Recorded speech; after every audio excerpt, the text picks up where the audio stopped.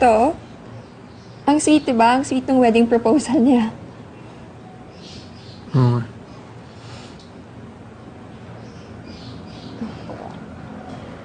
Alam ko na. Affected ka pa rin ba sa nangyari kagabi? Nalulungkot lang kasi ako, Beatrice eh. Hindi ko na naman pwedeng lapitan si Chichi. Alam mo yung kahit kakakilala pa lang namin, para bang may kulang pag wala siya. Alam mo, kung bata lang naman pala yung problema mo, why don't we have our own kids?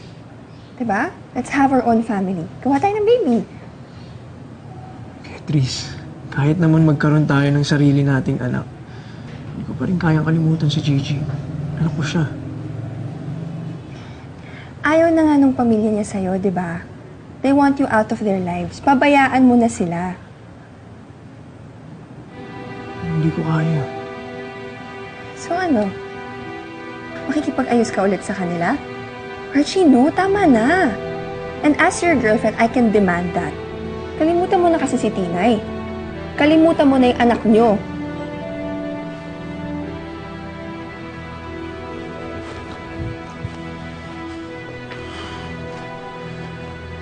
Beatrice, naririnig mo ba yung sarili mo?